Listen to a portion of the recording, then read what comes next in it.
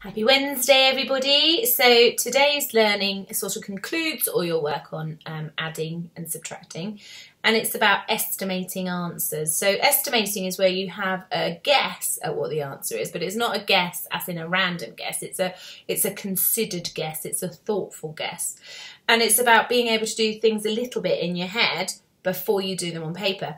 And the reason you need to estimate is when you make a mistake, which we often do, you've kind of already said, well, I think it's going to be around this. So when you make a really silly mistake, like you subtract or instead of adding, or you forget to exchange, when you do that, your brain will go, hang on a minute, I thought it was going to be about 7,000 and the answer's actually 3,000. So I know something's gone a little bit wrong.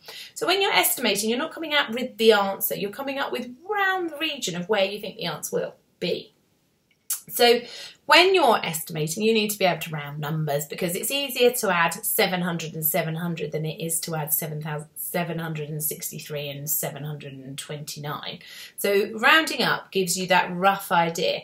And when you're doing it, you're going to round to probably the nearest 100, depending on the number, maybe the nearest 1,000. And you're doing that so you can add quickly. Because I know that 700 add 700 is, well, what is it? Because 7 add 7 is 14, so 700 add 700 is 1,400. Okay, so you're using that number knowledge. So some of you might find this really hard because if you haven't got that number knowledge, well, rounding up and adding quickly in your head doesn't make much sense. So you will find this harder, but it's worth knowing about because that's all those other things you get better at. Although those other things, you will be able to start using it. So most of today's questions are about you rounding it to the nearest 100. And then estimating those answers. So we'll just have a little look at the first one together. I don't want to give them all away to you. But so you've got these answers here. You've got 607, which you would round to the nearest 100, which would be 600. Obviously, 607 you just round down. Can you remember the middle point of rounding to a nearest 100? It would be 50 and over. So if it was 650, we would have gone up to 700, but as it's only 607, we go back down. We'll have a little look at that on the number line in a minute. And then this one here is 395. Well, 95 is way past 50. In fact, it's nearly 400 anyway. So you'd round it to 400. So if you've rounded that one down to 600 and this one up to 400, 600 add 400. Now, I don't need to work this out because I know 6 add 4 is 10. So 600 add 400 is going to be 1,000. So roughly, the answer, I think, will be around 1,000.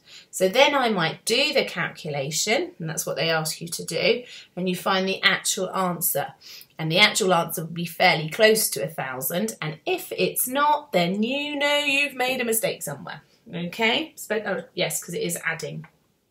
So on these ones, you need to check the operation because that's a really normal mistake to make is when you're going from adding to subtracting. So you might come and do it the wrong way around. So really look and think before you do it. So really check you're doing the calculation right.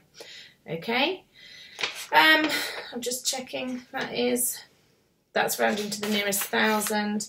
And then there's just loads of little problems sort of set into real problems for you to work through, put into a context and have a go at that. And again, if you've taken quite a while to get this far, then you might leave that bit. Some of you will whiz through it. It's all about what you can do and keep having a go and keep trying. Now, I did say I'd just remind you about your rounding in case you forgot.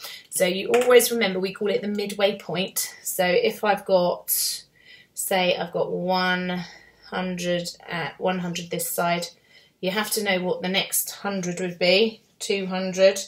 So if I have got the number, say I've got the number 175. Now we know the midway point is 150 because 50 is always in the middle, isn't it? So this is going to be about here. Are you going to round it back that far or are you going to take it up to 200? Or you'll take it up to 200 because you know this bit here is exactly halfway between, okay, because 50 is halfway between. And if it was 1,000, what would the halfway mark be? Have a little remember. So say I'm looking at 3,000. Say my number is 3,749, okay.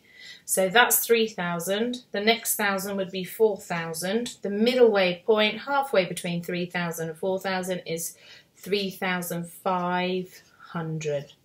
And so you know that this one with 700 is going to come up here. Okay? So just remember those midway points between it. If it's rounding to the nearest 10, the midway point is 5. If it's rounding to the nearest 100, the midway point is 50. And if it's rounding to the nearest 1,000, then the midway point is 500. So any number above, you go up. Any number below, you go down. And you do remember that. So just remember and have a go. See how you get on. Have fun. And then tomorrow I'll put a little link to a very lovely website with some really fun math stuffs to try, so you can all have a go at that at home. And it might be quite good to get mums and people involved with that, because I think you'll all quite enjoy that one. Okay, well done everyone. Bye.